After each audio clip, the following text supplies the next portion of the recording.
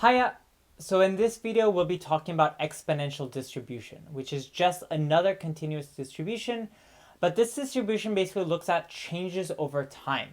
So you can think of this as how long a computer process takes to be completed, how long it takes for an atom to decay, the time it takes for an organism to evolve, the time it takes for water to boil. If you're sitting and watching it boil, we know that takes forever. So basically it's you start at some point now and you look at how long it takes until something happens sometime in the future. And we're doing this in a continuous way. Now, if you think about this, should remind you of a geometric distribution, right? You start at some point, you wait until something happens. So think about that a little bit. We'll get into this a little bit later on. But yeah, so usually, so now is 0 and far, far future is infinity. Because we just keep going. It could never happen, right? So let's say I want, for example, to know if something happened between 1 and 2 days from now. So what I'm going to do is I let t be the random variable of whatever this thing is. And I need to know my interval, or my time period. So here I'm calculating everything in days. So it's very important to make sure your units are staying correct. So in this case, I want from 1 to 2 days. So really, I want to know the probability that it happens between 1 and 2. In other words, what I really want is I want to calculate. So this thing is just the time from 1 to 2. I'll have some function f of t dt. So here I'm using t because time. But you can still use x if you prefer. It's just also because I have a capital T. Variables don't matter. So what this means is normally if we want to something start and go on forever from there, we can start at some certain time d and just go on forever. So this would be starting from d and go off to forever of f of t dt. So in other words, you can kind of think of this as just broken down into, I guess this should be b of t minus p of a less than or equal to t. Right? Did I do that right? Because I want...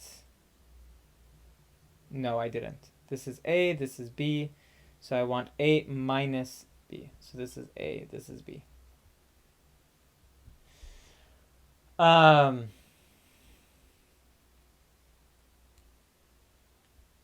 Because I just want that middle part. Okay, cool. So basically, the main thing that changes is what's the function that we're going to be putting for this f of t. And this is what basically defines what an exponential distribution is. So an exponential distribution is basically when our formula, oops, wrong color. An exponential distribution with rate lambda is basically the continuous distribution where we let f of t be the function lambda times e to the minus lambda t. This is where exponential is coming from. We're using an exponential function. So what does this distribution look like if I do a to b lambda e to the minus lambda t dt? Well, this is just, I bring the lambda out in front, I bring the minus lambda out in front, and then I keep everything inside from a to b. So here, this part just goes away, I get minus, so I get minus e to the minus lambda b, minus minus, so I get plus e to the minus lambda a. That's it. So that's the probability. Not too bad. Notice if a is equal to 0 and b is equal to 1, we should get what? We should get area is equal to 1. So let's try this. If a is equal to 0, we get e to the minus lambda times 0 minus e to the minus lambda times infinity. So e to the 0 minus 1 over e to the lambda infinity. This might be easier. This is just 1. 1 over infinity is just 0. So it's 1 minus 0, so 1. So we can verify this is a probability distribution. Obviously, I can keep b as 0, or sorry, I can keep b as infinity and change my a. I don't have to be it equal to 0. And what I get here is, so here's the b part being infinity, and notice how the b part becomes 0. In other words, if I want a less than or equal to t, I just get e to the minus lambda a minus 0. So I just get minus lambda a. So the formula is super easy for a greater than or equal to t.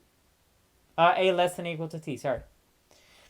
But what's even cooler, if that's not enough, that's cool about this formula, is the expected value in the standard deviation is even easier.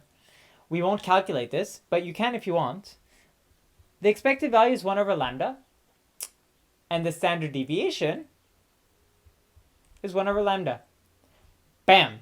Like, that for me is like, this is mental. It's super cool. So now the question becomes, well, what is this lambda? What does this lambda mean? Like, okay, you're tossing this in, but like, what information are we getting out of this? And basically what the lambda means is it's normally called the death rate, or like I like to say the bye-bye rate, because that's how fast things go bye-bye. And the idea is basically how fast things go away, right? Because we have e to the minus lambda, we have some function that's going to be looking at this. So it's something that's decreasing over time. So as time goes by, things go away. So they go bye-bye, they die. Normally in an atomic rate, or like organisms or stuff like that. And it depends on your unit of time, so it's hard to like measure exactly. But we'll do a quick example of to kind of see where this bye-bye rate kind of plays in. So suppose you just bought a new charging cable. So we have some charging cable for your phone, like you just buy it at like the street vendors or whatever, since we can't go in stores yet. You know that on average, the cable will last, so on average, the cable will last you 30 days. And you're told by the vendor, because it's a very smart vendor, that your distribution is exponential. So we have an exponential distribution. And the question is, well, what is the probability that the cable will be working after 15 days? Okay, probability that cable will be working after 15 days. So first off, a random variable. So let x be a number of days the cable will survive, because eventually it's going to go bye-bye. You bought it on the cheap. We're told that the expected value of x is 30 days, right? Here's our 30 days. So this is 30. We already know what expected value is, right? This is just 1 over lambda. So what this is saying is lambda is equal to 1 over 30. Well, there you go. It's not too hard to figure out what the lambda is, I guess. And we're asking what the probability is after 15 days. So the probability is that x happens after 15 days. So this is continuous. So basically, this function we've already seen, right? We saw this, where is this? Here. So I just have to look at one of them. So this is e to the minus lambda a. So here my a is equal to 15. And lambda is here. So I can plug these in. I get minus 15 over 30. So I get e to the minus 1/2. Plugging this into the calculator, I get 0.606. So I have a roughly 60% chance that the cable will be working after 15 days. That's it. Only 60% chance. Welcome to exponential distribution. So chances are it'll break before. Well, I guess on average it'll last 30 days, but still. Anyway, so that's where we'll stop for this video. In the next video, we're going to look at what's called the Poisson point process. And it's actually really, really cool. This is where I'm going to kind of mix distributions together. And we're going to see how things kind of look into one another. So I will see you then.